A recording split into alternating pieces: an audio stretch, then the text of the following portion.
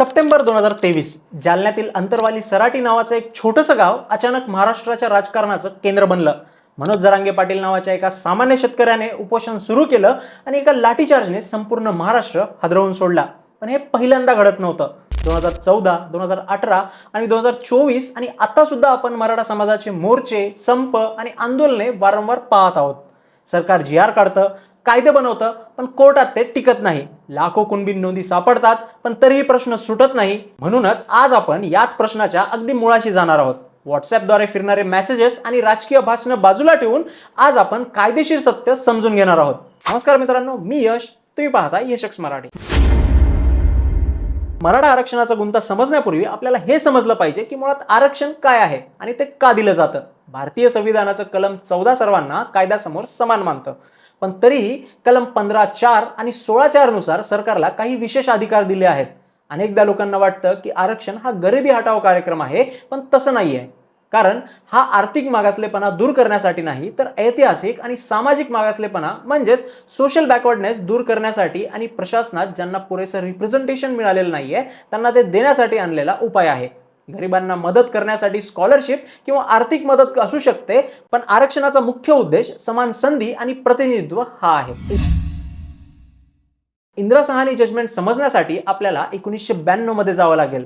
1990 मध्ये देशात मंडल कमिशन लागू झालं आणि ओबीसी समाजाला 27% आरक्षण मिळालं. याला आव्हान देणारा एक अत्यंत महत्त्वाचा खटला सुप्रीम कोर्टात चालला, Indira Sahani versus union of India 1992. या निकालात सुप्रीम कोर्टाने 3 अत्यंत महत्त्वाचे नियम बनवले, जे आज मराठा आरक्षणाच्या मार्गात उभे आहेत. पहिला नियम म्हणजे 50%ची मर्यादा. कोर्टाने सांगितलं की आरक्षण हा समानतेच्या अधिकाराला असलेला एक अपवाद आहे. जर अपवाद 50%च्या पुढे गेला तर तो मूळ नियमालाच म्हणजेच समानतेलाच संपवून टाकेल. त्यामुळे कोणत्याही परिस्थितीत आरक्षण 50%च्या पुढे जाता कामा नये. दुसरा नियम म्हणजे अपवादात्मक परिस्थिती.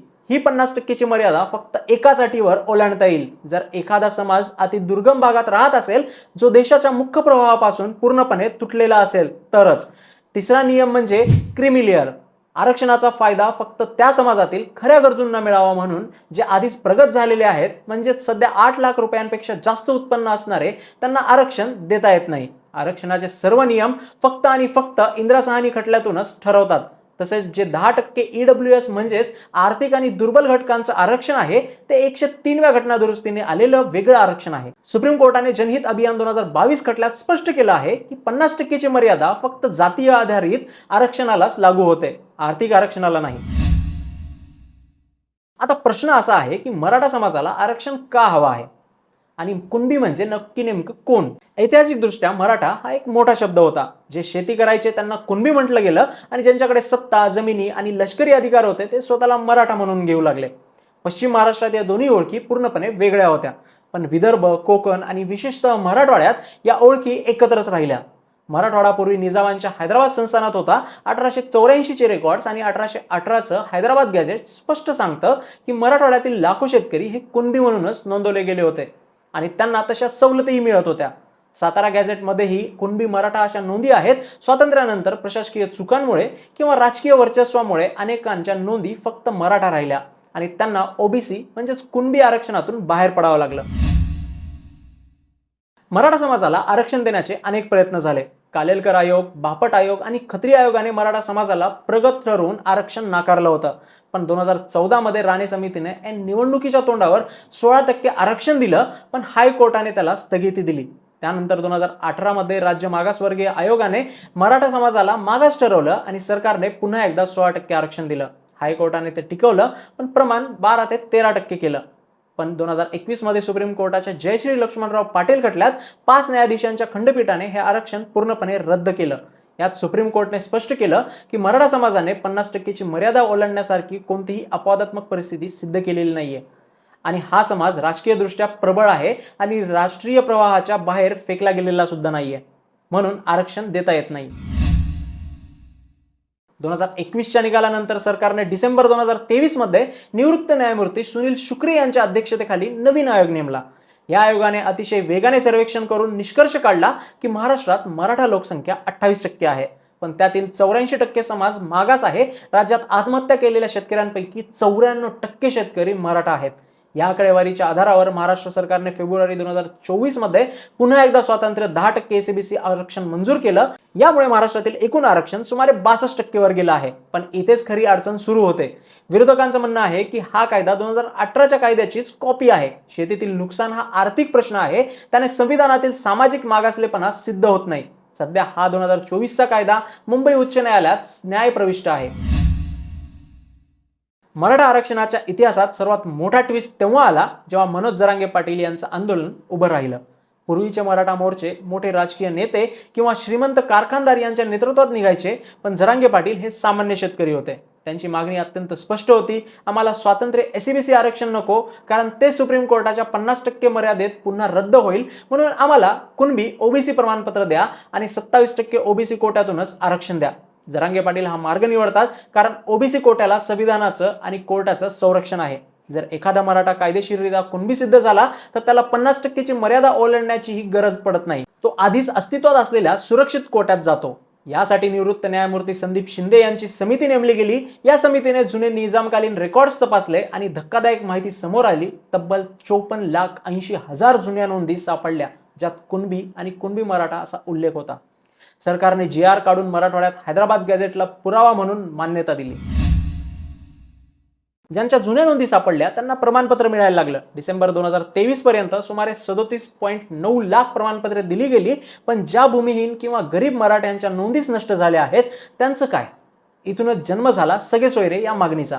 जरांगे पाटील यांची मागणी आहे की जर कुटुंबातील किंवा वंशवळीतील एका व्यक्तीची जुनी कुणबी नोंद सापडली तर त्याच्या सर्व सख्या आणि विवाहाने जोडलेल्या गेलेल्या सगळे सोयरे नातेवाईकांना आपोआप कुणबी प्रमाणपत्र मिळावं. सरकारने यावर ड्राफ्ट नोटिफिकेशनही काढलं.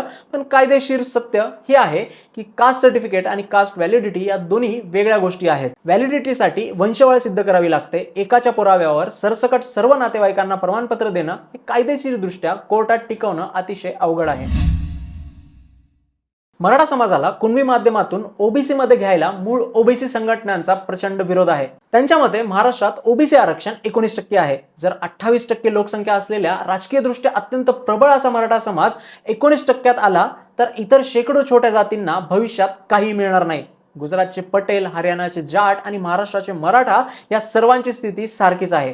हे सर्वजण ऐतिहासिकदृष्ट्या जमिनीचे मालक आणि राजकीयदृष्ट्या प्रबळ आहेत, पण शेतीत आलेल्या संकटामुळे आज त्यांची आर्थिक स्थिती खालावली आहे. पण संविधान फक्त आर्थिक संकटावरून एसईबीसी आरक्षण देत नाही. मराठा आरक्षणातील सर्वात मोठा विरोधाभास हा आहे की राज्याच्या 20 पैकी 12 मुख्यमंत्री मराठा समाजाचे राहिले आहेत. सरकारी साखर कारखाने, बँका आणि शिक्षण संस्थांवर याच समाजाचं वर्चस्व आहे. पण दुसरीकडे जमिनीचे झालेले छोटे तुकडे, दुष्काळ आणि शेतीतील तोट्यामुळे 84% सामान्य मराठा शेतकरी आज गरिबीत आणि भयानक आर्थिक संकटात सापडला आहे. याच निराशेमुळे मनोज जरांगे पाटील यांच्यासारखे मोर्चे उभे राहतात. मग यातून मार्ग काय? तर पहिला मार्ग आहे 10% एसईबीसीचा कायदा. जर हायकोर्टाने हा कायदा अपवादात्मक परिस्थिती मानून टिकवला तर तात्काळ मार्ग निघेल.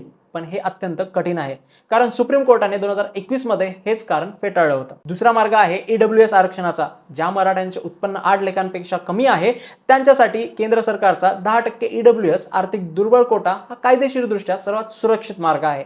तिसरा मार्ग आहे सब क्लासिफिकेशन म्हणजेच उपवर्गीकरणाचा. ऑगस्ट 2024 मध्ये सुप्रीम कोर्टने state of Punjab versus Devinder Singh आरक्षणात उपवर्गीकरण करण्यासाठी परवानगी दिली आहे.